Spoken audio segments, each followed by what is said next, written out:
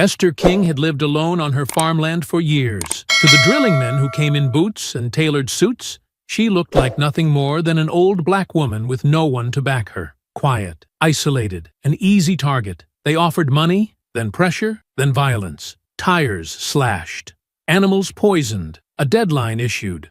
But what they didn't see was the past she carried. Years as a military sniper, wars fought in silence, battles won in shadows. So when they came in the night to take what was hers, they met something they never expected. Esther didn't fold. She fought like the war had never ended. Before we go any further, comment where in the world you are watching from, and make sure to subscribe, because tomorrow's story is one you don't want to miss. The morning unfolded with the kind of quiet grace that only land tended by memory could offer, and as the first blush of gold spread across the tips of the pecan trees, Esther King stood at the edge of her porch with a mug of coffee held steady in her right hand, her gaze sweeping over the wide expanse of farmland she had inherited, protected, and learned down to the last root and furrow, as if every inch of it were stitched into the fabric of her skin. At 74 years old, her back remained straight, her steps deliberate, and her breath calm. Not because time had spared her, but because she had spent a lifetime training her body to answer only to discipline, not fear, not pain, and certainly not threats. The house behind her, modest in appearance, but fortified in the ways that mattered most, was kept in perfect working order, not for visitors, for there were rarely any, but because order itself was the language she understood best. Nothing in Esther's life was left to chance. The curtains were always drawn in the same rhythm. The stove cleaned the moment it cooled, and the porch swept in even strokes, regardless of whether the wind had been kind or cruel the night before. Her land was more than a home. It was a perimeter, a responsibility, and a living extension of every lesson war had carved into her bones. She had always known the soil beneath her boots held stories far older than the house, and when she began noticing the small disturbances in the soil line near the northern field, the faint chemical odor rising after a storm, the subtle discoloration in the water runoff, the way her late husband's old geological notes had quietly hinted at what might lie deep beneath the surface, she had not panicked, nor had she celebrated. Instead, she made her own assessments, gathered samples, and, without telling a soul, initiated the slow and legally intricate process of securing her mineral rights through a lawyer she trusted 3 counties away, a man who owed her more than one favor and knew better than to speak her name out loud in a public office. It was a quiet maneuver, as careful and calculated as any mission she had led when she wore the uniform.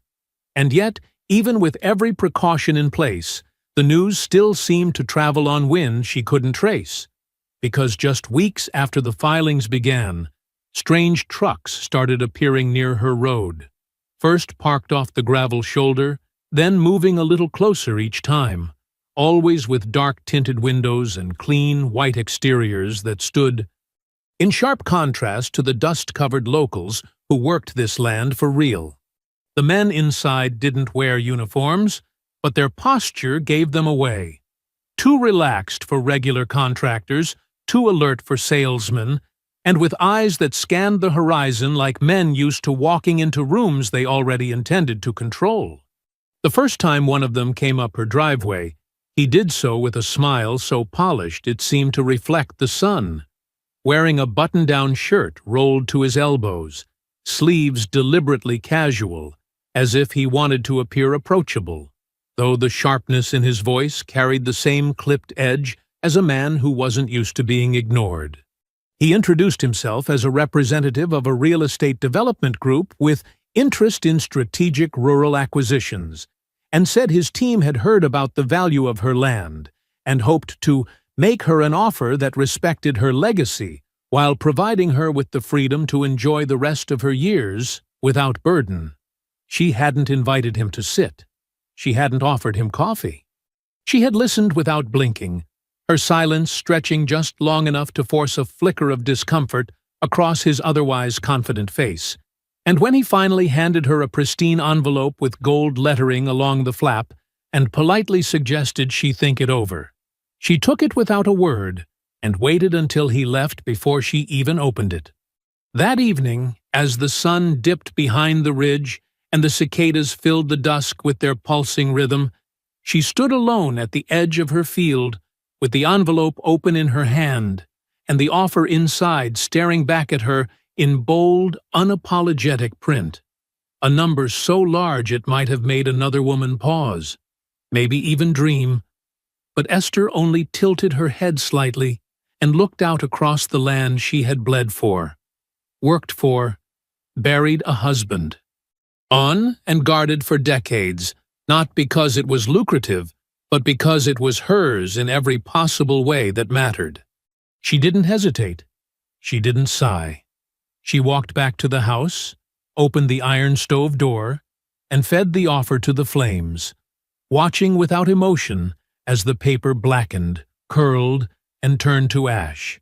Her face bathed in the soft flicker of heat that meant, in her world, a line had just been crossed, and there would be no retreat, no negotiation, and no warning the next time someone came asking about what lay beneath her ground. By morning, the ash from the envelope had cooled into a soft gray layer at the base of the stove, the only visible evidence of the decision already sealed in her mind. Esther rinsed her mug, tightened the laces on her boots, and stepped onto the porch with the kind of calm that didn't require announcing itself. The early light stretched across the fields in long golden bands, and for a moment, everything looked the same. The distant tree line unmoved, the fencing still standing, the gravel drive still quiet. But there was something different in the air, something subtle, like the feeling of a storm waiting far off the horizon, still hidden but undeniable. She drove to the courthouse as the town was just beginning to stir, the roads still empty, the storefronts locked in silence. Her truck rumbled steady down the cracked asphalt, its bed empty, her passenger seat holding nothing but the manila folder she'd prepared weeks ago. She had signed everything slowly, deliberately, her signature steady across each form. It wasn't just ink. It was claim, intention, defense. The courthouse lobby smelled faintly of floor polish and aging carpet, the kind of scent that seemed trapped in the baseboards no matter how many years passed. Esther stepped inside, nodded politely at the security guard who barely looked up from his crossword, and walked toward the records window where a young clerk with overgelled hair and a name tag that read Derek sat behind a smudged pane of safety glass. She slid the folder across the counter without a word. He glanced up, did a quick double-take like he'd expected someone else, then took the documents with an exaggerated sigh, as though handling paperwork from a woman like her at that hour somehow fell outside the scope of his job description. He scanned the top page, tapped a few keys, and muttered something under his breath about older filings being a pain to index. Esther said nothing. She simply watched. His fingers moved across the keyboard, too fast to be thorough, and when the final confirmation screen appeared, he hesitated just long enough to glance toward the hallway that led to the sheriff's office. He reached below the counter, slid his phone from his lap, and without a flicker of shame or subtlety, sent a message with his thumb hovering over the screen like a man doing something important, but routine. She made note of the way his eyes didn't meet hers when he handed her back the receipt. No smile, no goodbye. Outside, the sun had climbed higher. The morning had begun to warm, but the chill in the pit of her stomach had nothing to do with temperature. The clerk had sent a message. That meant someone would soon be coming. And they did. The SUV arrived 2 days later, late enough in the morning that the fog had burned off, early enough that neighbors wouldn't be around to see it. It came up the drive slowly, tires too clean, suspension too smooth, The kind of vehicle that belonged in private parking garages, not gravel roads. Esther stood on the porch already, hands at her sides, waiting. She hadn't armed herself visibly, but her stance was enough. The man who emerged wore a deep navy suit that looked tailored, but intentionally unbuttoned at the collar. A pair of brown boots with dust smudged just enough to look worn, and an expression that tried to project concern but couldn't quite mask calculation. His blonde hair was combed back with practiced ease, and his sunglasses hung from the second button of his shirt like a prop in a commercial. "Miss King?" he asked, stepping forward like he expected her to meet him halfway. She didn't move. "I'm Cal Briggs," he said, pausing for a beat as if the name ought to mean something. "I work with a group that partners with legacy landowners, folks like yourself, who've built something valuable and might be ready to transition into the next chapter." She raised an eyebrow. He pressed on. "I wanted to speak with you directly, respectfully, before things got too formal. You've got a beautiful piece of property here. Historic, good bones, and under all this charm, well, let's just say there's real value waiting to be unlocked." He let that last word hang in the air, like a salesman testing how far he could push, before revealing what he already assumed was his leverage. "I'm not selling," she said flatly. Cal smiled, but it was the kind of smile that didn't make it past the corners of his mouth. "Of course not. Nobody's asking you to rush.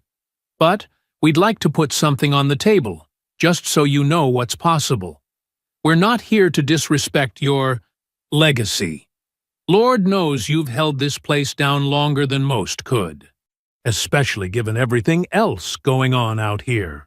He let his eyes sweep across the land, as if looking for evidence that she couldn't manage it anymore, as if the fall leaves and cracked dirt were proof that time had finally gotten the best of her. Then he took a small envelope from his inner coat pocket and placed it gently on the porch railing beside her. "Take a look when you're ready. There's more zeros than trouble. That I promise." Esther didn't look at the envelope. She looked at him.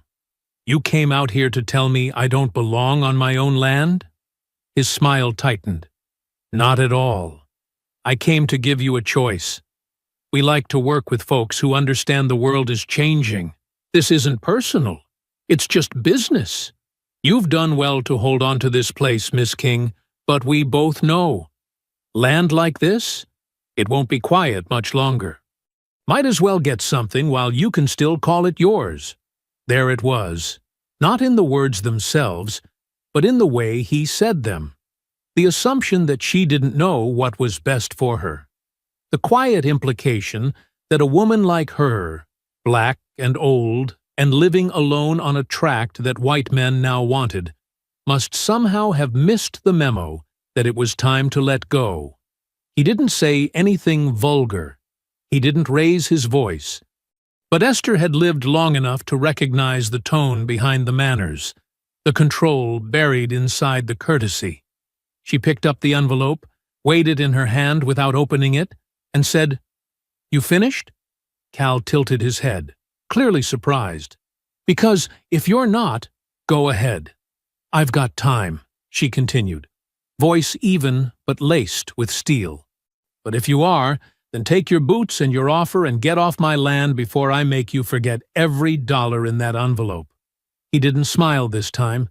He gave a stiff nod, took one slow breath, and walked back to the SUV without another word.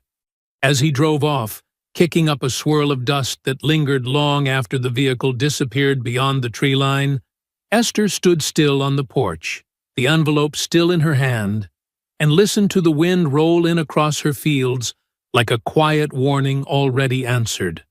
The next few days unspooled with an unnatural stillness, as though the land itself were holding its breath. The town, which had already begun to shift in tone, now felt drained of warmth entirely. People who once waved from porches or paused to catch up outside the feed store now crossed the street when they saw her coming, their eyes darting quickly toward the ground as if something about her presence had become radioactive, or worse, marked. No one said anything directly, but the silence around her felt less like absence and more like strategy, as though they were protecting something or someone by keeping her at a distance. She caught it first in the way the store clerk bagged her goods without looking her in the eye, or how the man at the gas station who used to joke about the weather now stiffened when she pulled up beside him. It wasn't fear exactly, nor was it pity. It was the same expression she had seen on young soldiers standing outside tents in far-off deserts, the kind that told you they'd already decided not to get too close, not to care too much, because they didn't want to feel responsible for what happened next. Back at the farm, the signs became less subtle. The first incident was the tire. She found it the morning after a rain, the ground still soft enough to show the shape of boots in the dirt, though the prints had been smeared by a sweep of leaves, like someone had tried too hard to cover their tracks. The front driver's side tire of her truck had been slashed, not deep enough to make noise or halt her immediately, but enough to fail if she'd gone over 40 on the highway, enough to flip a vehicle if the timing was right. She didn't swear, didn't call anyone. She just changed it, marked the location in her notebook, and took out a longer route map from her desk drawer, one that offered off-grid travel lines in case the roads became unreliable. A few nights later, her water line burst without warning. At first, she assumed it was age. The copper pipe had been installed decades earlier, but when she pulled it from the ground to inspect the damage, she found the break was clean, too clean. The metal snipped with something far sharper than wear and time. That night, she boiled rainwater and drank it without comment. The following morning, she rerouted her filtration tanks and began storing emergency reserves in sealed containers. It wasn't until she walked the goat pens near dusk and found her eldest nanny goat lying on her side, stiff and bloated, that the line between warning and declaration was finally crossed. The animal had been healthy, old, yes, but eating well, moving steady. There was no sign of a struggle, no evidence of illness, only the telltale foam at the mouth and the swelling in the joints that spoke of deliberate poisoning. Esther stood there for a long time, one hand braced against the fence rail, watching the last flies settle on the carcass like shadows with wings. She buried the goat herself at the edge of the north pasture, marking the grave with a stone she carved nothing into. That evening, as the sun slid low and the light stretched across the fields in long, honey-colored streaks, she descended into the cellar beneath the pantry and opened the reinforced cabinet that had not seen daylight in more than a decade. Inside, her sniper rifle lay in perfect alignment, wrapped in oiled cloth, each piece cleaned and checked every year on her birthday, out of habit more than preparation. She unwrapped it slowly, testing the scope, calibrating the zero, running her fingers along the stock as though reading Braille. It was an extension of her body, as familiar to her as her own breath. She brought out her sidearm next, loading it with methodical care before sliding it into the holster clipped against the inside of her waistband. She returned to the porch not with fear, not with rage, but with a quiet sense of arrival, as though some long-dormant part of her had merely been waiting for permission to wake. The next few days were spent walking the land in measured silence, not to admire or harvest, but to catalog, diagram, and prepare. She moved through the fields with a tape measure, a compass, and a carpenter's chalk line, plotting distance against line of sight, marking every natural blind spot and elevation point. She sketched a map by hand, identifying angles of fire, backup shooting positions, and choke points near the fencing where her land narrowed between the oaks and the bluff. Tripwires were laid at shin height, looped with fine copper wire and camouflaged with straw. She rigged perimeter alarms using repurposed radios and pressure switches hidden inside overturned feed buckets. The windows were measured, blackout drapes trimmed and stitched with heavy cotton to absorb light. The barn was reinforced from within, reinforced not with planks or nails, but with anticipation. Every night before sleeping, she took a walk under the moon, counting her steps, watching for broken twigs, measuring silence by the absence of crickets. Then, on the sixth evening, just as the shadows deepened and the air took on the metallic scent of approaching rain, the SUV returned. Only this time, it didn't come alone. Two more trucks followed, darker in tone, their headlights off, their tires cutting slowly across the gravel. Esther stood at the edge of her porch, hands tucked into the deep pockets of her jacket, not moving, not blinking, as Cal Briggs stepped out of the lead vehicle. The man beside him was taller, broader in the chest, with sleeves rolled high enough to show military tattoos faded by time or poor choices. Cal didn't wear the same polished confidence as before. This time, there was no pretense, no envelope, no introductions. Just a long, silent walk to the bottom step of her porch, where he stopped, looked up at her with something that wasn't quite a smirk, and said in a voice stripped of all charm, "2 weeks. That's all you've got left to come to your senses." He glanced toward the house, toward the barn, toward the horizon. "After that," he continued, his voice low and even, "you won't be able to stop what's coming. And you'll be real sorry you didn't take what we offered when it was still in one piece." She didn't speak. She didn't move. And when he finally turned to walk back to his truck, the only sound was the wind slipping through the corn and the low hum of his engine as it idled in the growing dark. The night after Cal's warning passed without incident, but it brought with it a silence that was too clean, too complete, like the stillness of a hallway right before a door bursts open. Esther slept lightly, boots beside her bed, rifle within reach, every breath measured, every muscle resting just beneath the surface of readiness. By morning, her decision had settled, not as a reaction to fear or pride, but as the only logical outcome when faced with a threat that no longer pretended to be anything else. She began her preparations the same way she once had in the mountains of Afghanistan, by walking the ground not as a farmer, but as a soldier reconfirming terrain she already knew by instinct. Every corner of her land became a variable in an equation, every elevation point an advantage to be marked and leveraged. She moved deliberately through the grass, kneeling often to press her palm into the dirt, testing for softness, measuring depth, accounting for how the earth would shift beneath the weight of boots, not her own.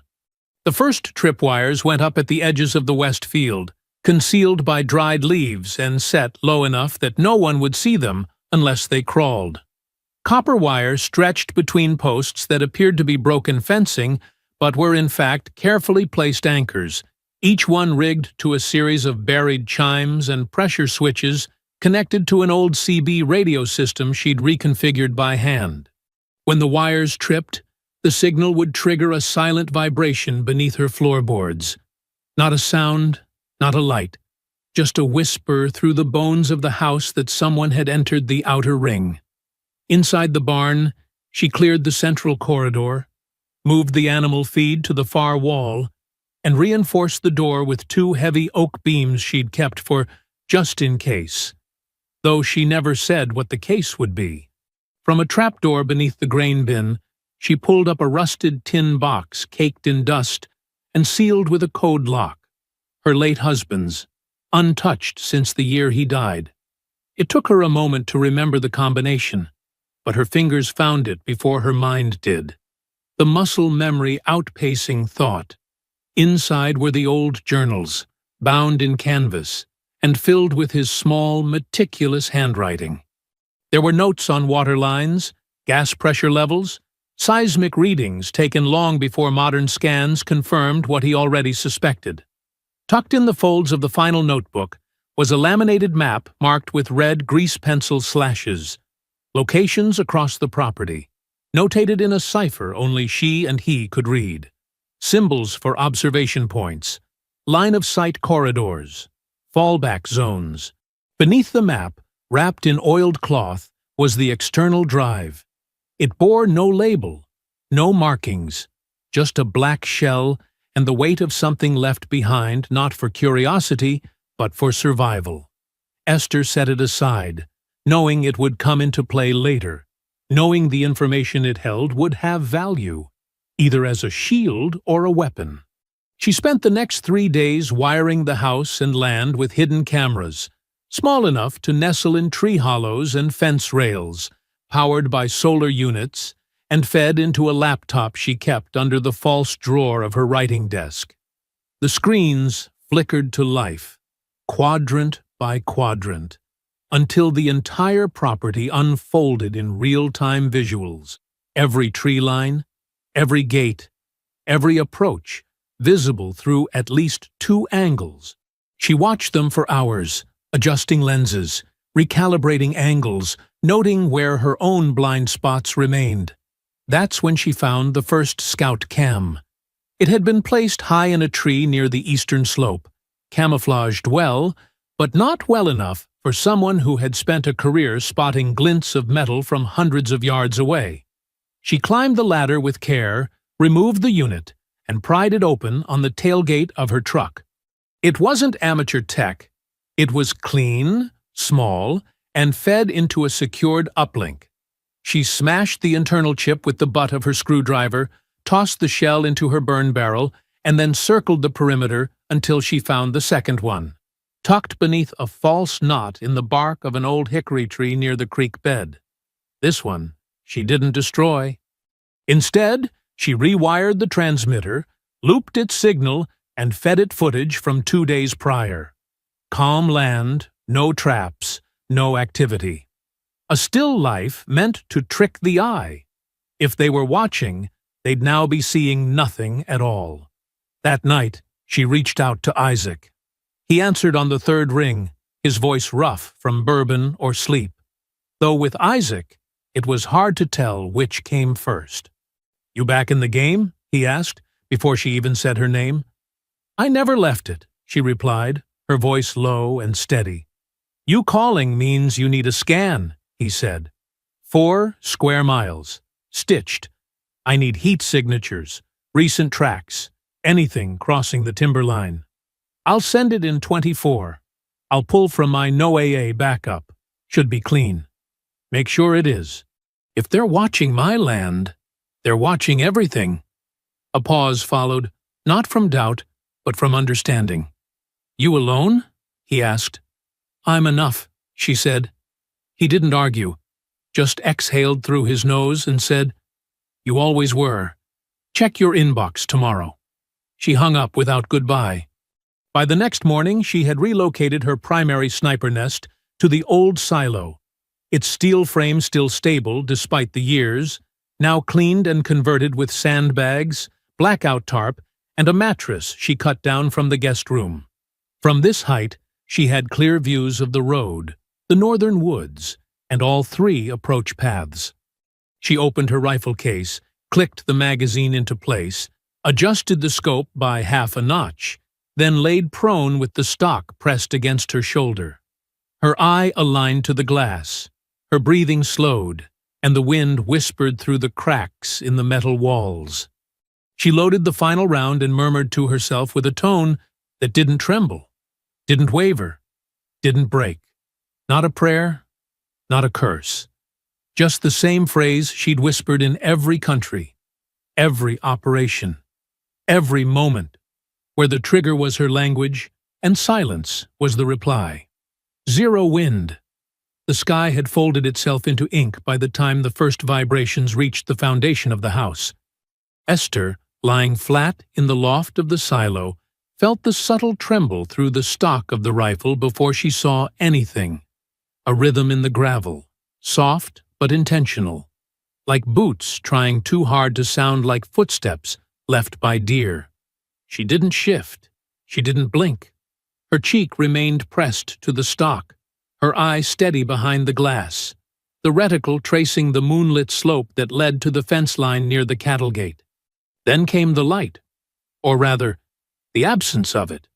3 sets of headlights shut off in sequence as the trucks crept in slow. The way predators circle when they've decided patience no longer matters. The vehicles fanned out without sound, their doors opening with the kind of caution that only comes from men who expect a fight, but assume they'll be the ones controlling it. Tactical boots landed in the dirt. Gloves adjusted on forearms. Suppressed weapons raised into ready positions. None of them looked up. They moved in coordinated silence, spreading into formation like they had drilled it. She counted them as they advanced. 4 dismounting from the lead truck, 3 from the second, 2 more trailing in shadow from the third vehicle. Their gear was sleek, dark, made for quick, clean jobs. They weren't here to threaten. They were here to finish. She exhaled once through her nose, slowly, and squeezed. The first man never heard the shot. The bullet passed through his neck just above the collarbone, the exit wound blooming silently across his left shoulder before his knees gave out, and he folded sideways into the grass like a sack of grain. The others didn't notice at first, too focused on spacing and movement to realize they were already down a man. When they did, the second shot was already leaving the barrel. It struck the next target just as he stepped past a fence post wired with an old gravel mine. The shot caught him through the ribs, staggering him into the line. A second later, the wire snapped, and a burst of sharpened stone exploded upward from the buried canister she'd built from a repurposed fertilizer drum. The noise wasn't loud enough to echo, but it cracked the quiet like glass, and suddenly someone shouted the word she'd been waiting for. "Sniper!" The formation scattered, but they were already too exposed. She shifted positions without hesitation, sliding backward from the nest on her belly, never lifting more than an inch off the floorboards. Within seconds, she was down the ladder and crossing the field along the irrigation trench, the one she had carved deeper over the last week to give her a covered path between shooting positions. Mud clung to her elbows as she crawled, rifle slung tightly across her back, the sidearm at her hip silent, untouched. She didn't need it yet. They were firing now, blind, erratic, and panicked. The muzzle flashes stuttered from behind the storage shed and tree lines, but the aim was too high, too late, too desperate. She could tell they had trained, but not for this. Not for someone who knew the land better than they knew their own command structure. Not for someone who had been killing in silence since before most of them could shave. She reached her second nest, tucked into the broken corner of an old hay barn, the beams reinforced with sandbags, the crawl space beneath covered in burlap and coated with dust. The field ahead was now scattered with movement, shadows bobbing between trees, someone calling out position numbers that meant nothing in terrain this uneven. She pulled the bolt back, fed in the next round, and aligned the scope. Another man dropped, this one mid-sprint, a clean shot to the thigh that toppled him face first into the ditch. He tried to crawl, dragging himself through wet grass, but she was already dialing the range to finish him. She didn't pull the trigger right away. She watched him for a few seconds, his fingers digging into dirt, his lips moving like maybe he thought a prayer could stop what was coming. She pulled. The silence after each shot was worse than the shots themselves. It settled across the fields like a second skin, draped over the earth as if daring anyone to speak, to breathe, to believe they had control of the night again. But they didn't. She did. Down near the eastern fence, one of them set off a second trap, a tripwire rigged to a garden hoe and a propane flare. The burst of light ignited the underbrush for just long enough to expose 2 more targets who had ducked behind a pile of firewood. She couldn't hit them both from this angle, but she fired anyway. One dropped. The other ran, shouting into his radio for backup. She switched positions again. Each move was calculated, each nest pre-built with small comforts she had earned through repetition. Water bottles, a rolled cloth to rest her arm, a field map scratched into wood with nail points.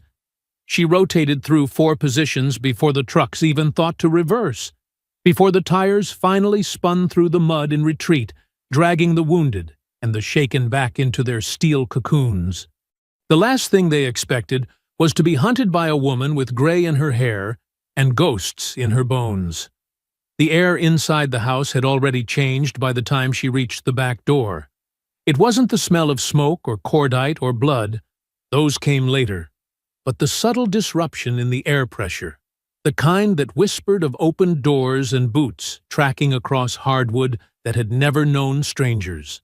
Esther crouched low behind the coat rack in the utility hallway, her sidearm drawn, her body balanced on the balls of her feet, her breath shallow and measured. The breach hadn't been explosive. They were trying to stay quiet, to move like shadows in a place built for ghosts. But her ears caught every board creak, every whispered signal between men who had trained for urban raids, but not for the house of a woman who had spent her youth threading death through buildings far less forgiving than this one. The first one moved through the kitchen, rifle angled low, flashlight flicking in wide arcs across the cabinets and tile. Esther let him pass the pantry before triggering the smoke bomb she had stashed in the oven's unused lower compartment. The room filled in seconds, thick white haze swallowing every outline. She moved through it like water, silent and precise, her shoulder grazing the edge of the breakfast bar as she ducked behind it and counted the seconds. 1, 2, 3. The second man entered through the side window, feet landing softly on the kitchen mat she had rigged with roofing nails punched through the underside.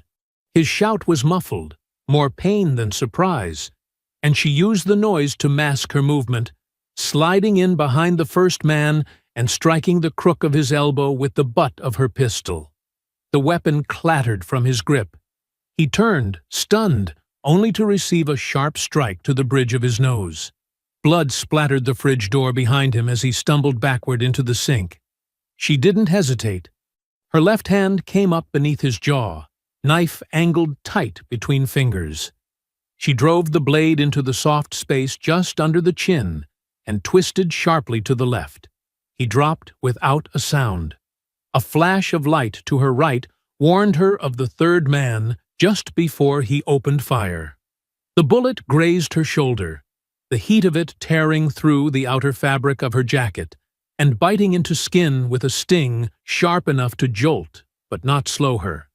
She dove behind the dining table, already reaching for the second smoke canister, tossing it overhand toward the hallway just as a boot struck the edge of the table, tipping it sideways and sending plates crashing. The flare hissed as it ignited, spraying sparks into the stairwell. The hall lit up in bursts, pulsing red like a heartbeat too loud in the ears. She saw the shadow of the shooter first, tall, fast, moving too confidently, and as he stepped forward, she fired from the ground, low and tight, catching him in the left knee. He went down screaming, the gun spinning from his hand and bouncing once before skidding into the baseboard. She rose quickly, shoulder burning, and retrieved the blade from her belt. Blood dripped onto the floor as she closed the distance between them, breathing hard but silent. And then, without ceremony or pause, she drove the knife into the base of his neck. He twitched once, then was still. A creak behind her, small, deliberate, someone moving slow. She didn't turn. Instead, she spun the desk lamp nearest her, casting its cone of light across the far end of the hallway, then dropped low, crawling under the table as the intruder entered from the rear stairwell. She watched his legs move past her hiding place. Steady, careful, his breathing controlled. He was smart, checking angles, ignoring the distractions, but not smart enough. Esther reached up and pulled the cord on the swing lamp just above the bookshelf. The movement drew his eye for half a second, long enough. She lunged forward and stabbed upward, the blade slipping through the bottom of the lampshade and into his chest, with a force that rattled the shade itself. The man gasped, staggered backward, and collapsed into a chair, gurgling as his lungs filled with blood. Only then did she pause, leaning against the edge of the wall, panting, her hand pressed to the bleeding groove along her shoulder. It wasn't deep, but it would need wrapping. Not yet. Outside, the gunfire had faded, the others having retreated, regrouped, or been taken down by her traps and scope. Inside, the only sound was the labored breath of one last man still alive. Barely. He lay face down near the kitchen entry, his rifle out of reach, his hand clutched around his side where she had struck him with the blunt edge of her blade, knocking him unconscious just moments before. She pulled a zip tie from the pocket of her coat, rolled him roughly onto his stomach, and bound his wrists with practiced speed. Then, with a grunt and one final breath to steady herself, she dragged his limp body down the hallway, through the back door and across the yard toward the barn. Blood streaked behind her, dark and glistening in the cold moonlight. The war had entered her house. Now she would take the fight into theirs. By the time she secured the barn doors behind her and stepped back out into the field, the land had already begun to shift again. It wasn't the wind or the trees that moved, but the air itself, thicker now, heavier, pulsing with the kind of tension that comes not from fear, but from the certainty that what's coming next is built for destruction. The first wave had been a test, an underestimation. The next would be something else entirely. She made it halfway to the front pasture before she saw the silhouettes, larger this time, moving in tighter formation, heads low and shoulders square, like they'd done this before in places where mercy wasn't written into the mission. The trucks didn't stop at the road. They surged forward with engines cut and lights off, their tires rolling silently through the gravel and mud, as if they had trained for darkness and silence the way she had trained for silence and death. She counted 9 men on foot, moving fast, bodies bent beneath the weight of heavier gear, breech kits, shields, canisters strapped to packs, hammers in hand, their movement too clean for hired muscle and too reckless for law enforcement. From her vantage point behind the irrigation tank, she watched as 2 of them approached the back entrance, crouched low beneath the living room window. One of them held a gas canister, the other a sledge, and both looked up at the same time, nodding once before preparing to strike. She didn't wait.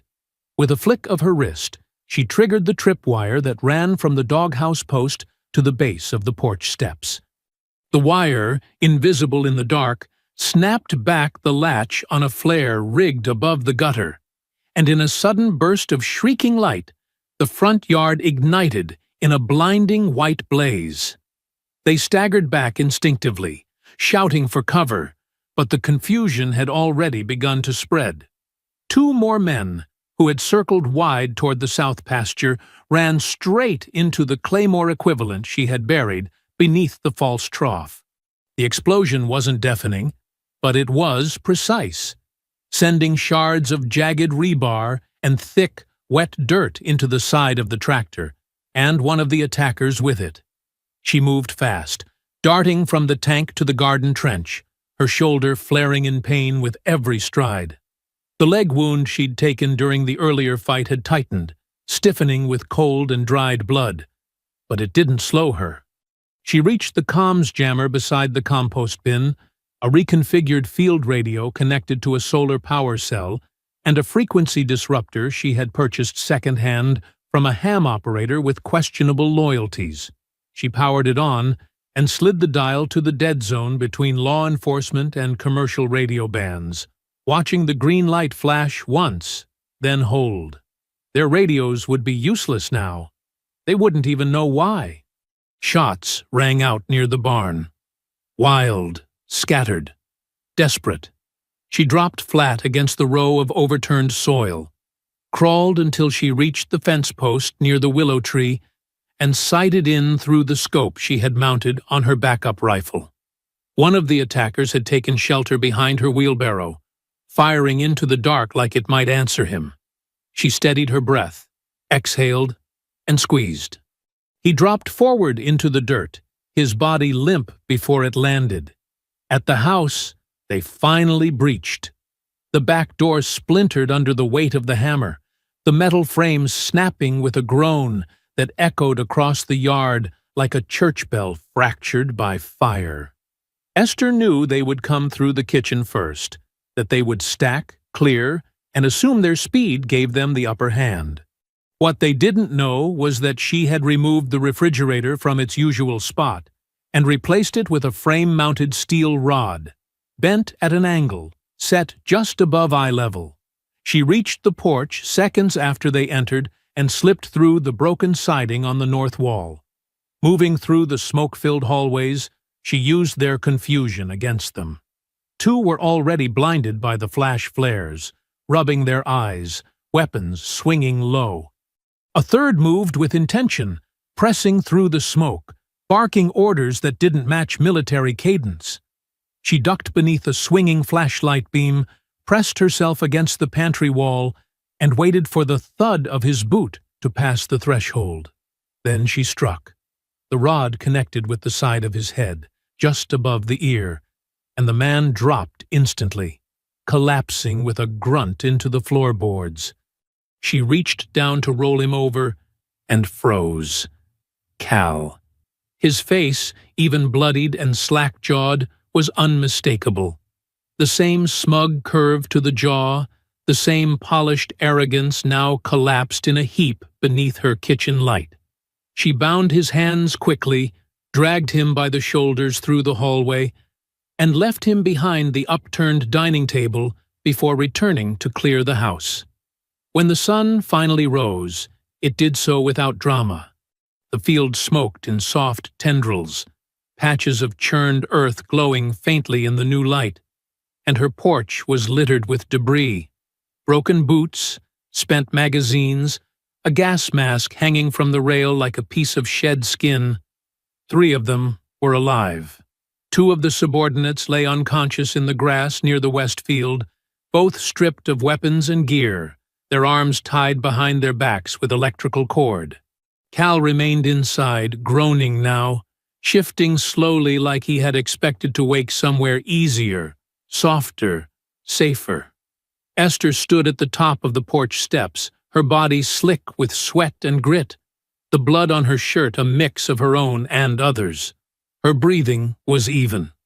Her eyes scanned the tree line, the road, the horizon, and when none of them moved, when no more trucks appeared, no second wave behind the second wave, she exhaled slowly, let her shoulders roll forward slightly, and whispered the same words her husband had once said after they'd survived a 36-hour siege in a forgotten compound on the edge of nowhere.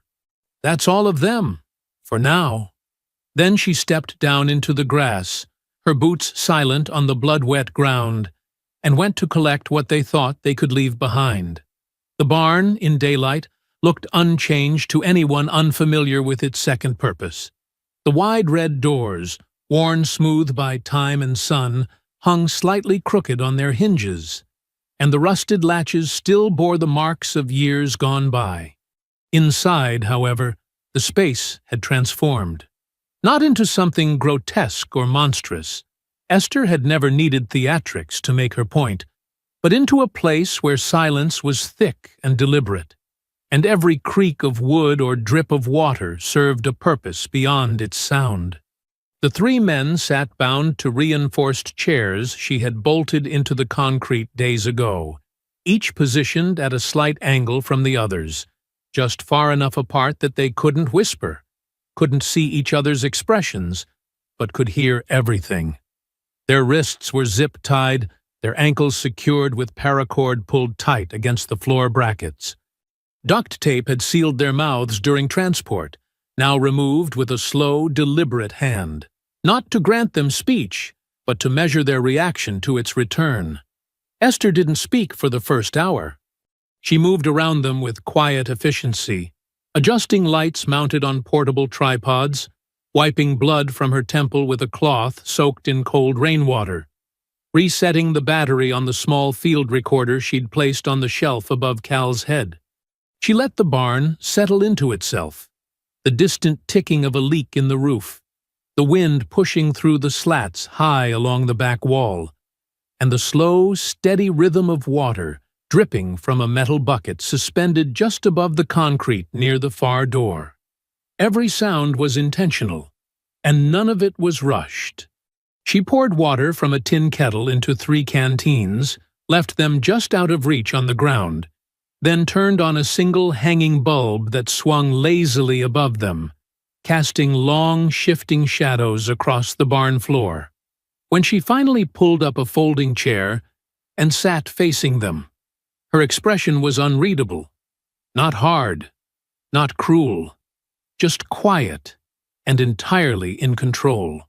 "You came here to erase me," she said, her voice low and steady. "You failed." No one answered. One of the subordinates, wiry, younger, breathing through clenched teeth, shifted slightly in his chair. The other sat completely still, eyes closed, either conserving energy or pretending indifference. Cal met her gaze without flinching. Blood dried across his jaw where she had struck him, his right eye beginning to swell shut, but his expression remained composed, as if his training still whispered that posture was strength even here, even now. Esther stood, walked slowly to the back wall, and picked up a small handheld speaker connected to her recorder. She pressed play, and the room filled with the sound of gunfire, boots in mud, and distant voices shouting fractured commands from the night before. It wasn't just sound, it was proof, a timeline, a record of what had happened when they thought they were still in control. When the recording ended, she turned to the younger man. "You want to tell me who's giving orders now?" she asked. He didn't speak. She nodded once and walked to the light, tilted the bulb directly into his face, and stood silently as the heat began to work on his resolve. 10 minutes passed. 20. The sweat started to form at his temples, then trickled down his neck. He shifted again, blinked hard, swallowed dry air. Esther didn't touch him. She didn't shout. She simply moved the water bottle an inch closer, then stopped, letting the silence do the rest.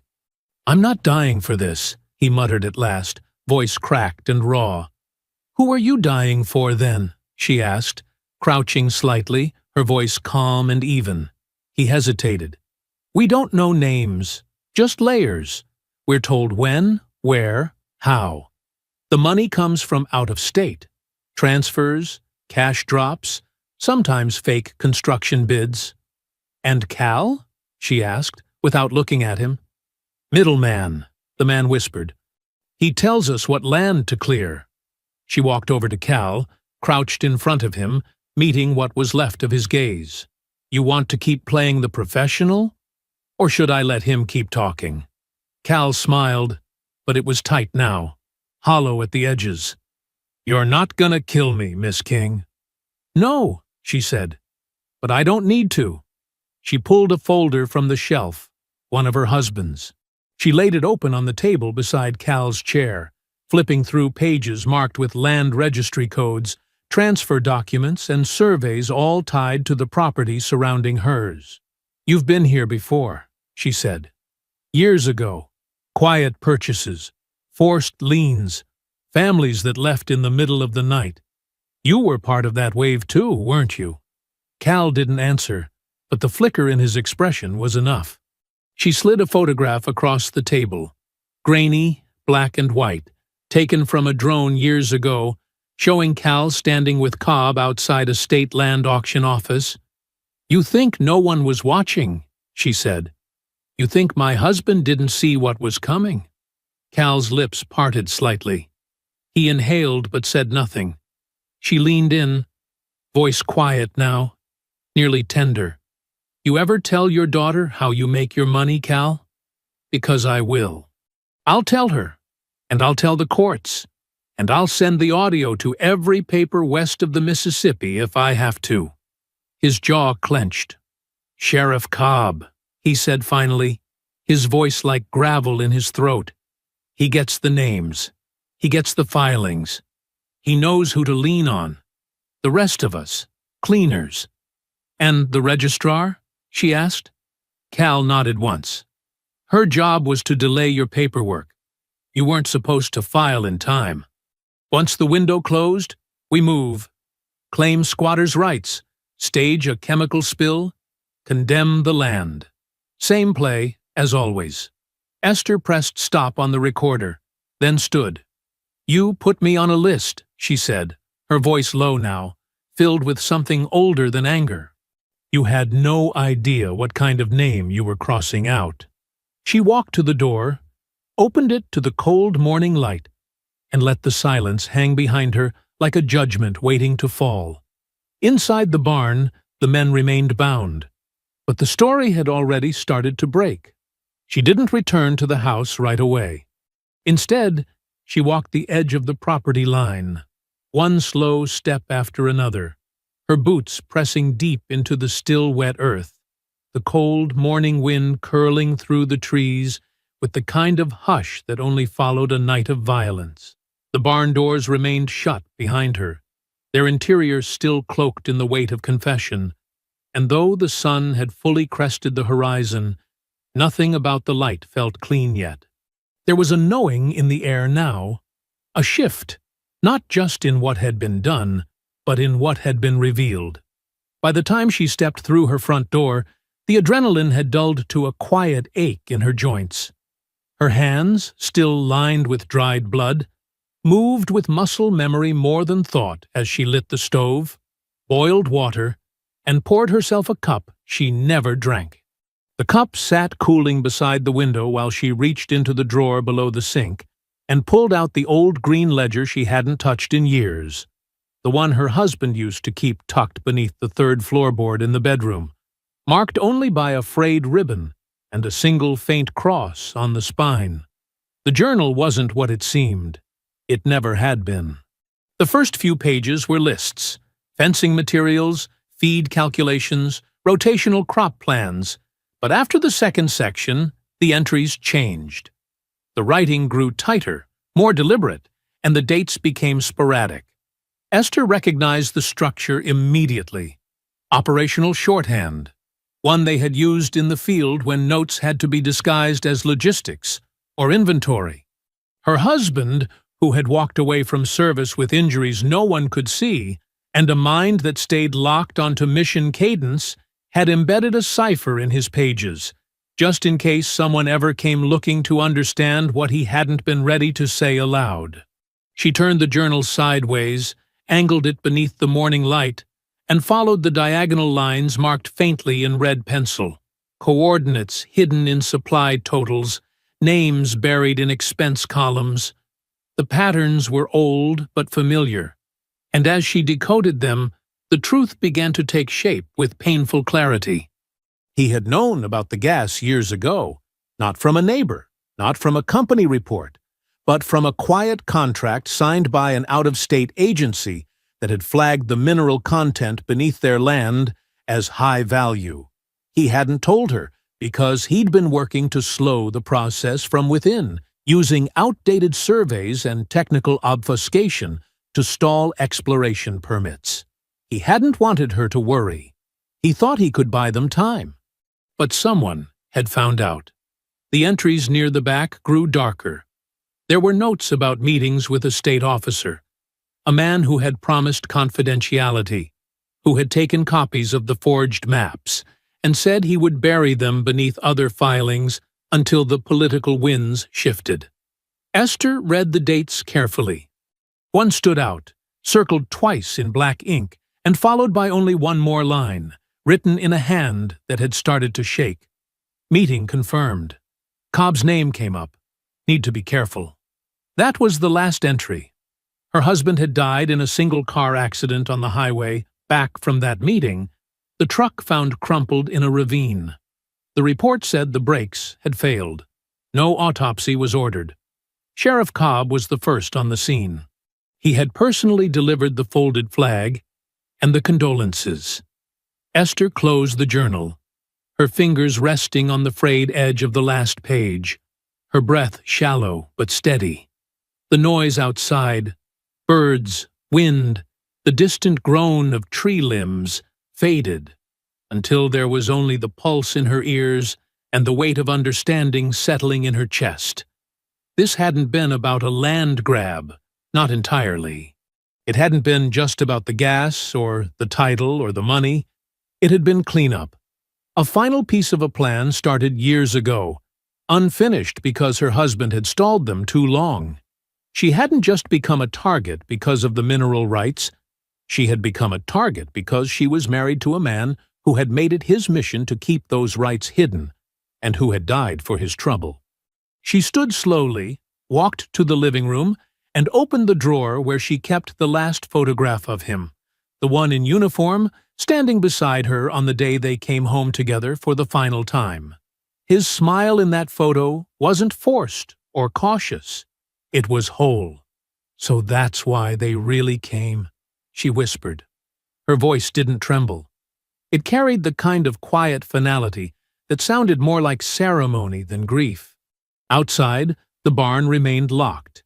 The men inside unaware that the story had shifted again, not just in their failure, but in the reasons behind it. Esther sat at her husband's old desk and opened the field radio, dialing in to a frequency they used to joke was for emergencies only. Static buzzed for a moment, then cleared. She keyed the mic and leaned in. "Isaac," she said, her voice low but deliberate, "I need you to pull the accident report from March 23rd, 8 years back. Franklin County. 1 fatality. I want every line of it. Witness statements, signatures, and the name of the responding officer." The pause on the other end was brief. "Copy," Isaac said. "That's going to take some creative reach." "I don't care what it takes," she answered. "And I want the drill site registry logs for anything filed near County Line 17 in the last 10 years. Look for aliases, out-of-state LLCs, anything that crosses with Cobb's name." He hesitated. "You're not slowing down, are you?" Esther didn't blink. "No," she said. "I'm just getting started." She set the mic down and picked up the photograph again. There would be no more half measures. Not this time. The house was still, but there was no rest inside it. Esther moved with a calm sharpened by clarity, her body worn but unyielding, her wounds bandaged tightly beneath her sleeves. The storm had passed outside, but the real work, the kind built not on gunpowder but paper and proof, was only beginning. The confessions were still fresh in her ears, but she didn't play them back. She didn't need to. Every word was etched into memory now, and memory, unlike tape, didn't fray or skip. In the corner of the room, the old field laptop hummed softly, its fan whirring just loud enough to remind her that this part of the fight would require precision of a different kind. She inserted the SD card, the red one marked with an X in her late husband's handwriting, a relic of habit, long before external drives replaced most of their field tools. The files loaded without error. She opened the folders one by one, checking audio levels, scanning for timestamp mismatches. Each file was labeled meticulously. Confession 1, Cal Briggs. Confession 2, Operator Number 3. Confession 3, Target Sequence Breakdown.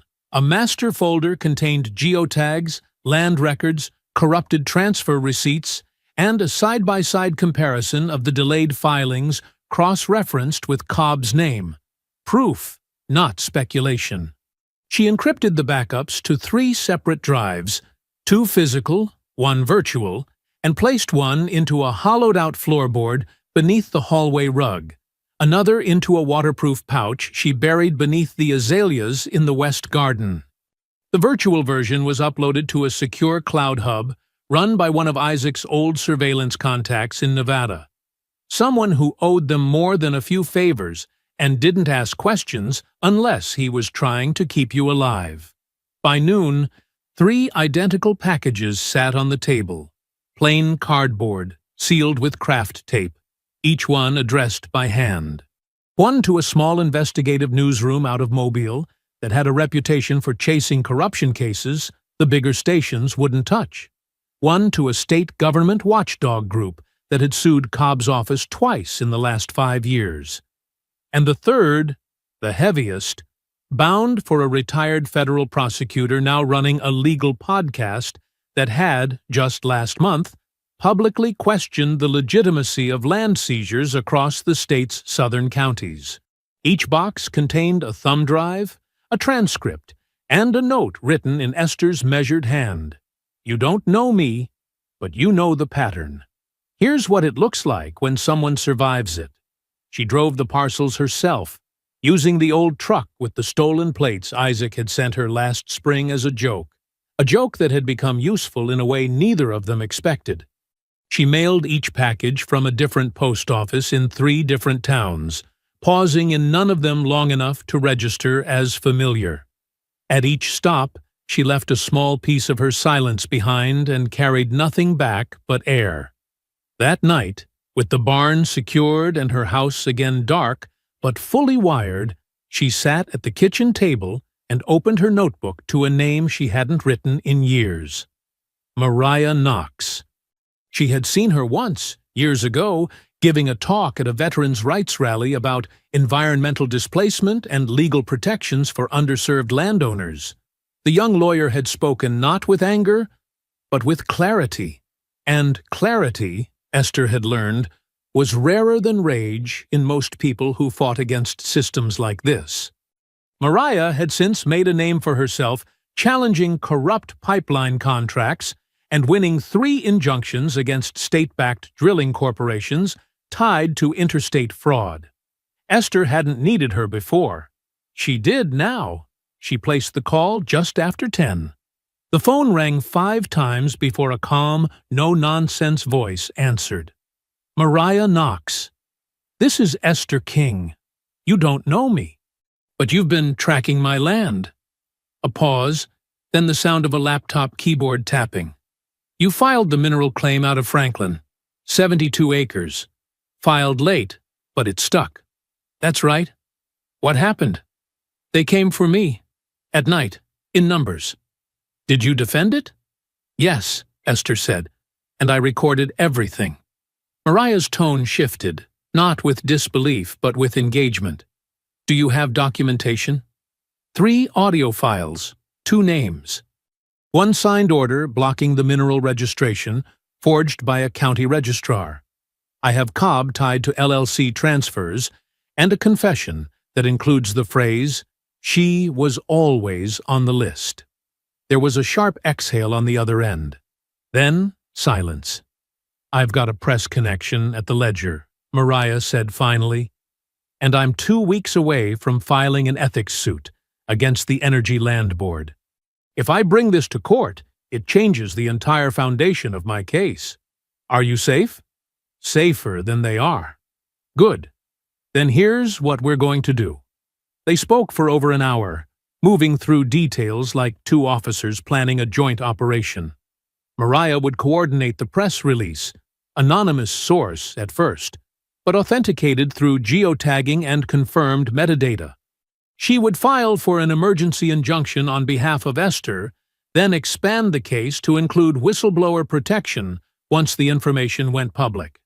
A civil racketeering charge would follow, naming Cal, Cobb, and the registrar, supported by the filed evidence, the audio confessions, and Esther's testimony. By the time Esther hung up, the legal fuse had already been lit. She leaned back in her chair, the ache in her shoulder settling beneath the surface again, and stared at the old wood beams above her head. This house, battered and patched and braced against storms both natural and man-made, had held. It would keep holding. Outside, the wind pressed softly against the windows, not howling but whispering, as though the land itself had taken a breath. In the barn, the men remained tied, and the recorder clicked softly on its timer, logging each hour as further proof of life. And somewhere beyond the trees, far from the blood-soaked ground they had tried to take, Sheriff Cobb was already starting to feel the tremble of something he couldn't stop. The barn stood quiet in the distance, its weathered siding cloaked in morning mist, the rising sun casting long streaks of amber light across the yard. From the outside, nothing stirred. But within its walls, beneath the steady click of the timer and the faint rustle of shifting weight, the unraveling had already begun. Not with shouting or violence, but with silence and consequence. A reckoning that moved like groundwater, slow, unstoppable, and deeply rooted. The digital files were already gone, scattered across encrypted channels, funneled to news outlets, legal archives, and government watchdogs with precise timing and complete anonymity. Cal's voice, raw from confession, echoed across audio logs that matched bank records and land surveys, connecting names and faces that had long stayed hidden in plain sight. Every thread they had pulled was a thread Mariah Knox could trace. In Atlanta, Mariah moved like a machine, her office light never fully dark, her phone constantly blinking with pings from whistleblower networks, investigators, and reporters trying to piece together the scope of the operation. With Esther's help and Isaac's old radio scans, she charted a corruption web that extended far beyond Cobb's county badge or Cal's muscle. It bled into corporate acquisitions, political campaign donations, public grant misallocations, each layer hiding under the next like rot beneath polished floorboards. She followed money that had crossed oceans, cycled through offshore trusts, bounced through four-digit shell firms, and reappeared as bribes disguised as property adjustments.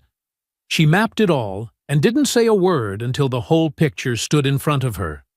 When the moment came, it did not arrive with fanfare. The federal raids moved just before dawn, deliberate and quiet, engineered to catch every door unlocked and every server still online. Black SUVs moved through gravel backroads and dark alleys, coordinated from a central command hub 2 towns over. Agents carried paper warrants sealed in tight packets, their movements as sharp as their timing. No announcements were made to local media. No early tips were leaked. The silence was strategic. They hit 7 locations in under 30 minutes. 2 large estates, a private airstrip hangar, a satellite office downtown disguised as a real estate agency, a riverfront lodge used for off-grid retreats, and 2 nondescript homes belonging to board members of the State Energy Commission. Each one housed boxes of unfiled paperwork, encrypted hard drives, and decades' worth of liability waiting to be exposed. Esther watched none of it on television. She sat at her husband's desk and stared at the grain in the wood, her hand resting on the same radio she had used to call Isaac only days before. She wasn't interested in headlines or photos. She had no desire to hear talking heads debate whether her actions had been legal or excessive. The land was still hers. Her name was still hers. That was all she needed. Meanwhile, Cobb's attempt to flee unfolded with a mix of arrogance and desperation. He had driven 3 states over in a rented SUV, his passport a forgery bearing a Florida birth date and a Mississippi license number that hadn't been valid in over a decade. He checked into a roadside inn under the name Leland Gibbons and paid cash. He bought new clothes from a local hunting shop, shaved in the mirror with trembling hands, and tried to vanish into the kind of quiet places he used to patrol with impunity.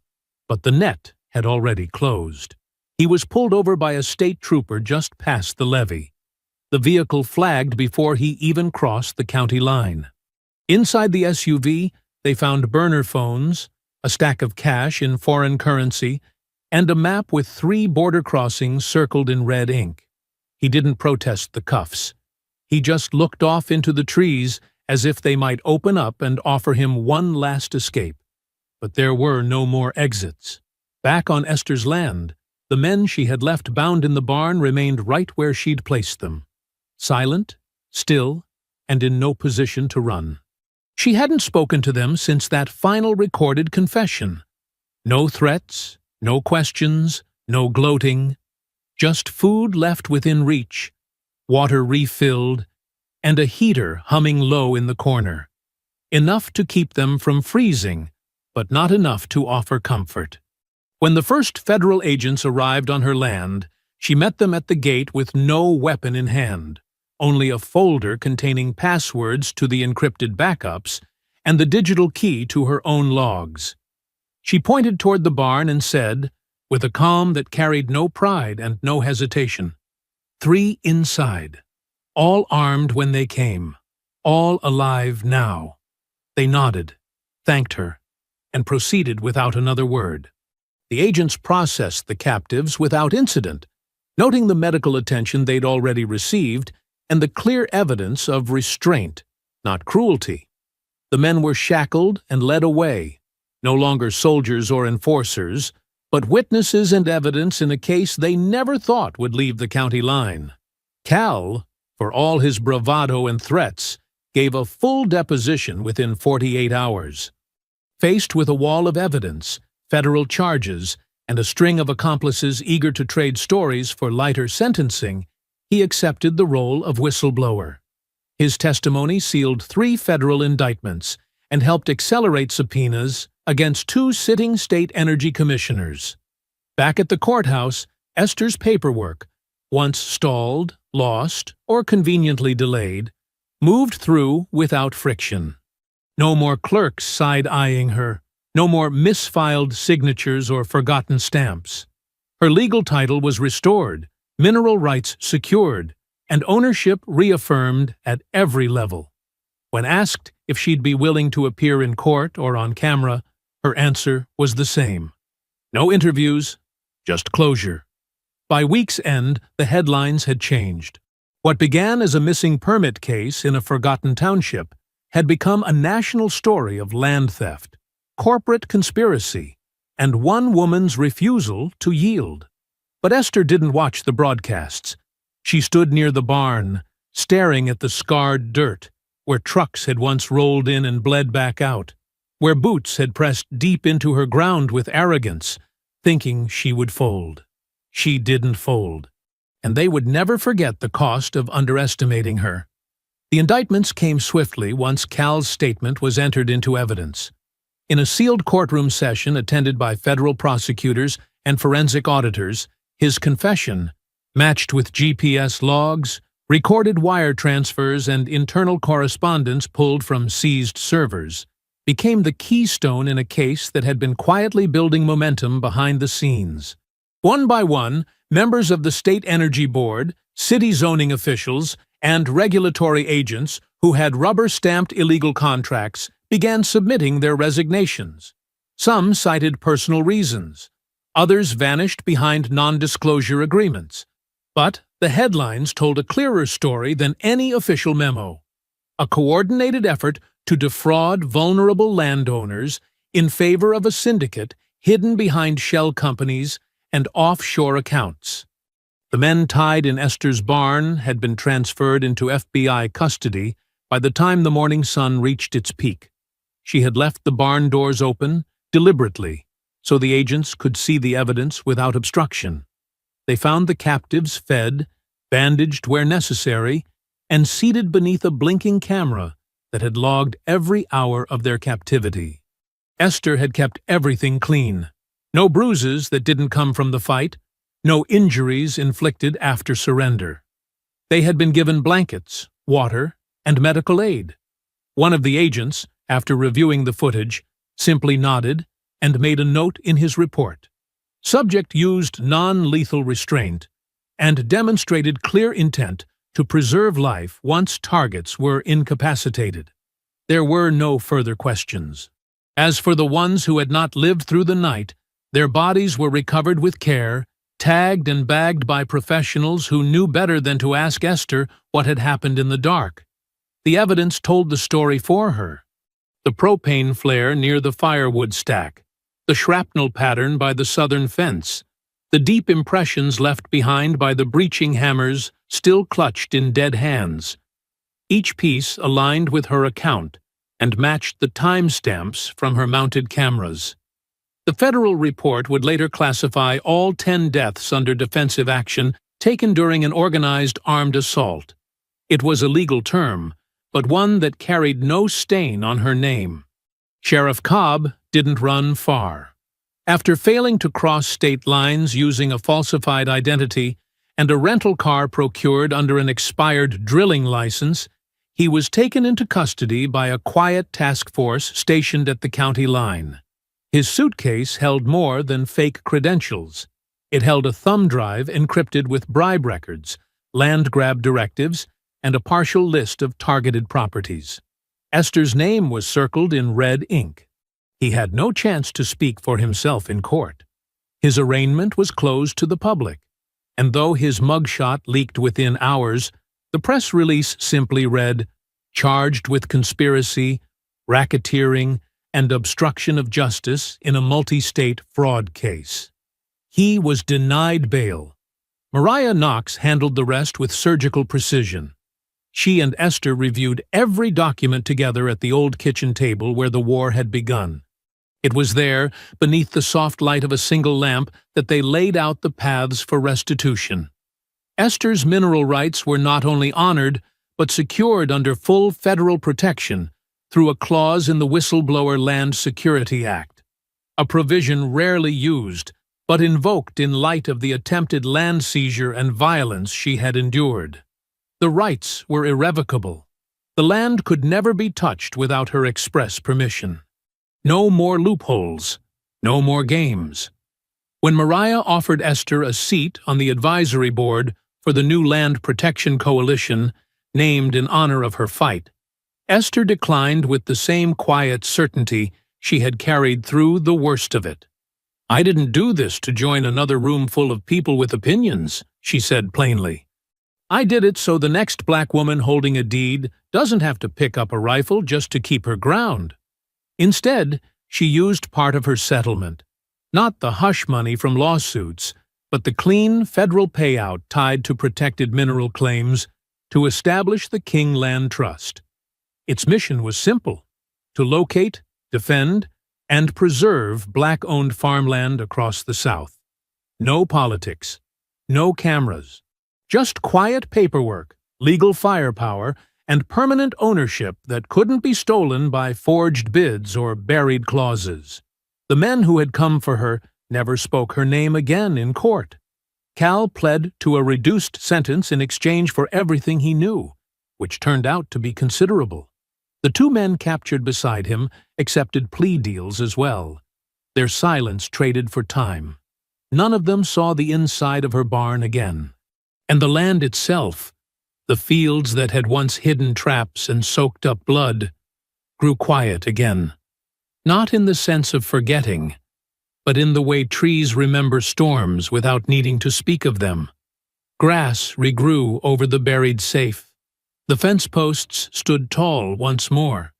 And in the far corner of the property, where the dirt ran redder than anywhere else, Esther placed no marker. She let the wind have that place. When asked later why she refused every media request, every feature article, every invitation to speak, she answered only once. And it was to Mariah, sitting on the porch one evening as the sky bled orange behind the hills. "They already got my story," she said. "I don't need to sell it back to them." The new boards on the shed didn't match the old ones. They were smoother, paler, and still smelled faintly of sawdust and fresh stain. But Esther didn't mind. She ran her hand along the grain, feeling the clean lines where chaos had torn through weeks ago. Around her, the sounds of rebuilding were soft but constant. The low scrape of a trowel, the rhythmic thump of boots against dirt, the occasional hammer tap when someone found a stubborn nail. None of it was rushed. The volunteers who showed up didn't come with speeches or sympathy. They came with tool belts and thermoses, old habits from lives spent in uniforms, carrying quiet knowledge of what it meant to lose something and then build again. The shed was first, but not the last. Across the western acres, a new structure rose slowly over the summer. Low to the ground, broad in its footprint, with rooms that opened onto wide porches and halls designed without corners. It was a retreat, built not for ceremony or accolades, but for use. Veterans came from counties near and far, some wearing their fatigue in the curve of their spines, others in the way they looked at tree lines a second too long. They didn't ask what had happened on the land. The wind still carried the echoes, and the dogs made sure no one got too close without permission. But they respected the quiet, and that was enough. Mariah visited now and then, usually on weekends, bringing updates on legislation, land rights victories, and sometimes just cornbread and black coffee. She always parked in the same spot, just shy of the willow tree that leaned over the gravel drive like it had been listening through the whole fight. Esther kept her company on the porch, where the two women sat without urgency, without needing to fill the space with anything more than presence. Occasionally, they'd talk about the trust, how many acres had been added, what counties were next, how to handle new threats wrapped in friendlier language. But more often than not, they simply watched the sun go down. One morning, just after dawn, the front screen door creaked open, and a flash of brown fur darted out across the porch steps. The pup was fast, full of bark and energy that seemed too big for his small frame. He circled the garden twice before darting straight into a rake, knocking it over with a clang that sent birds scattering from the trees. Esther didn't flinch. She stepped slowly into the light, leaning on the cane that now supported her right side, and looked at the chaos unfolding in her yard. "Bullet," she called calmly. The pup stopped mid-spin, turned, and bounded back toward her, skidding to a halt just shy of her boots. She crouched slowly, one hand steadying herself on her knee, the other reaching out to stroke the top of his head. "You'll learn," she murmured. "Everything worth protecting takes time." Each morning, she walked the fields again. Not all the way to the borders. Those paths were longer now, and her legs still stiffened when the air turned cold. But enough to let the land see her, to let it know she hadn't forgotten what it cost to hold it. The cane tapped against the dirt with a rhythm that had replaced the weight of a rifle, but it didn't mean less. She paused often, at the edge of the garden, at the slope that overlooked the creek, at the small patch of earth where the blood had soaked deepest. And she looked not for intruders, but for life, a new sprout, a bird's nest in the fence post, the tracks of a deer she'd seen once, but never again. And when she stood at the center of the highest field, the one where the wind always came first, she let her gaze sweep wide across the open ground, then down to the house, then back again. She said the same thing each time, not loudly, not for anyone to hear, except maybe the land itself. "I'm still watching." The breeze carried the words across the grass, past the repaired fences and fresh-turned soil, into the hollows where voices once whispered threats, and now only echoed the sound of leaves turning over in the wind. Behind her, the house stood firm. Ahead, the horizon waited. Not for war, not any more, but for whatever came next. The grave was tucked at the edge of the north pasture, beneath a canopy of sugar maples that dropped golden leaves in October, and a cool hush year-round. Esther hadn't been there in 10 years, not because she had forgotten, not because grief had turned her away, but because the silence between them had always been understood. He'd once told her that real love didn't need constant tending, that their bond was rooted deeper than words, deeper than place, deeper than time itself. Still, that morning she rose early, dressed without looking in the mirror, and walked the full stretch from the house to the tree line with a slow, deliberate grace that didn't ask the land's permission. It already knew her weight.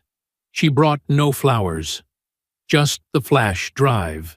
It fit between her fingers like something far older than a modern device, more like a coin worn smooth by purpose, its contents heavier than plastic could explain. She knelt with care, her knees resisting the movement, but not enough to stop her. The dew hadn't burned off yet, and the chill touched the hem of her coat as she reached forward and slid the flash drive beneath the corner of the stone. It wasn't meant to last there, but it was meant to mark something, a final act, not of vengeance, but of closure. The headstone was plain, just the way he'd asked for. No rank, no war dates, no platitudes, just his name, and beneath it, the words, "Stand quiet. See far." Their old field mantra, etched in stone. She sat back on her heels, exhaled once through her nose, and let the breeze carry her voice. "They came here thinking I'd fold," she said, her tone even, steady, not softened by sentiment, but not hardened by pain either.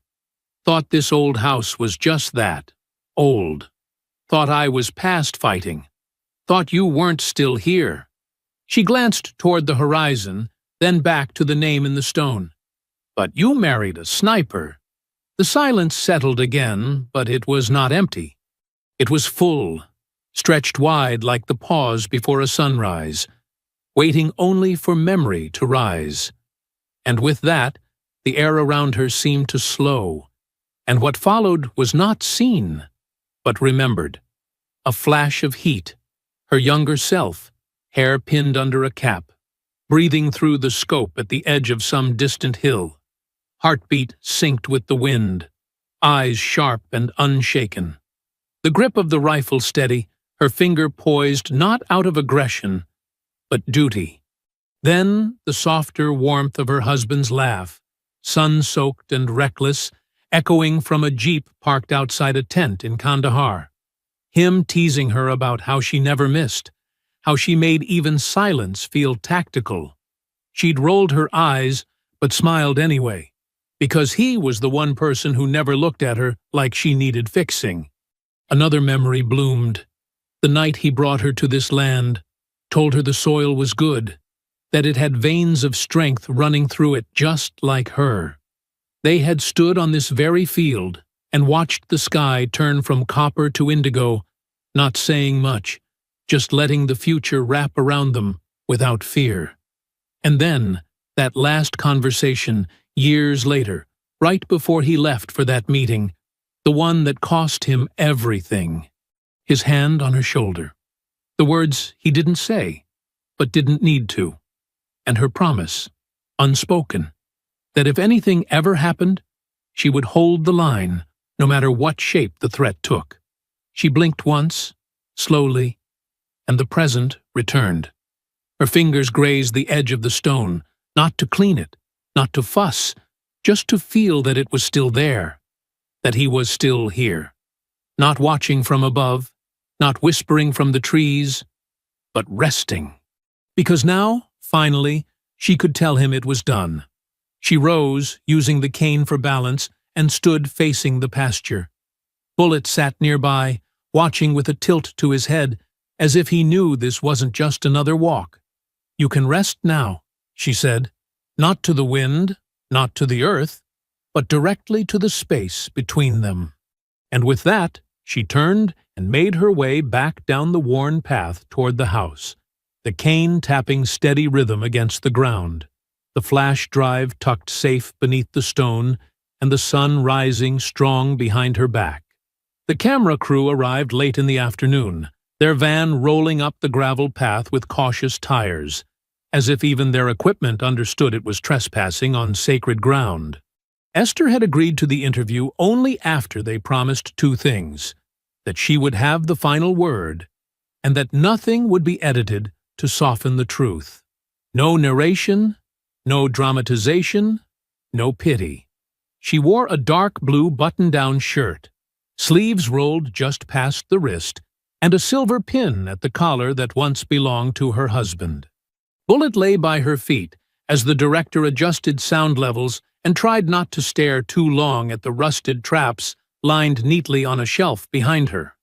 The old barn, now swept clean, smelled faintly of cut wood and earth, as if it too had been preparing for this conversation. When the camera blinked red, she didn't speak right away. She let the air hold, let the crew shift uncomfortably in the silence. Then, her eyes fixed past the lens, steady as the scope she'd once lived behind, she began, not with a dramatic retelling of the night's violence, but with the soil. They didn't come here for the house, she said. Didn't care much for the fence or the well or even the grass. They came for what was buried, and they thought I wouldn't know how to fight for something I couldn't see. She didn't raise her voice, didn't flinch when they asked if she regretted anything. Instead, she told them about history. Not the kind written in textbooks, but the kind written in deeds filed late. Signatures forged, land taken without gunfire, just pressure and silence and slow erasure. She spoke not like a victim, but like a sentinel, someone who had seen the pattern long before the world caught up. The footage aired 3 weeks later in a primetime slot with minimal promotion, and still, it spread like wildfire. Something about her presence, her refusal to be softened or made symbolic, resonated deeper than the producers expected. What began as a profile on a lone landowner resisting a corporate assault became a national reckoning. Because hidden in the records Esther had helped surface, alongside Mariah's tireless documentation, was a pattern that spanned 3 states, 5 different counties, 7 families, all black, all targeted for mineral rights beneath land long written off as forgotten. One company name showed up on every paper trail, though never at the top. Shell corporations with names like Green Horizon LLC and Southern Future Ventures. Auction house signatures from frontmen with no digital footprint. Land agents who disappeared when subpoenas were issued. But the dots connected. And when they did, the federal probe expanded. By the time the indictments were unsealed, over a dozen officials had resigned or been placed under investigation. Esther's own case, once just a backwoods anomaly, now anchored a national scandal. She turned down every speaking engagement, every podcast, every guest lecture invitation. She did not want to be turned into a brand, but she agreed to sit for one last segment, months later, filmed quietly on her porch with no makeup crew, no microphone clipped to her collar, just her voice and the steady rustling of the wind through the stalks. "I don't need a statue," she said. "Just leave the land alone. Let it rest the way we never got to." And so the last shots of the broadcast weren't of boardrooms or courtrooms, but of her hands planting new seedlings near the edge of her property. The same place where her husband once swore they'd grow their own food again, even if the world forgot how. Bullet-nosed at the soil beside her, tail thumping, ears twitching in the breeze. In the distance, the rebuilt shed cast a shadow in the shape of a rifle rack, now empty. The wood polished, but unarmed. A flag flew on a short pole nearby. Not the national one, but a faded green banner with the initials of her husband's old unit stitched by hand. The land didn't feel like a battlefield anymore. It felt like memory finally given space to breathe. I hope you enjoyed that story. Please share it with your friends and subscribe so that you do not miss out on the next one. In the meantime, I have handpicked 2 stories for you that I think you will enjoy. Have a great day.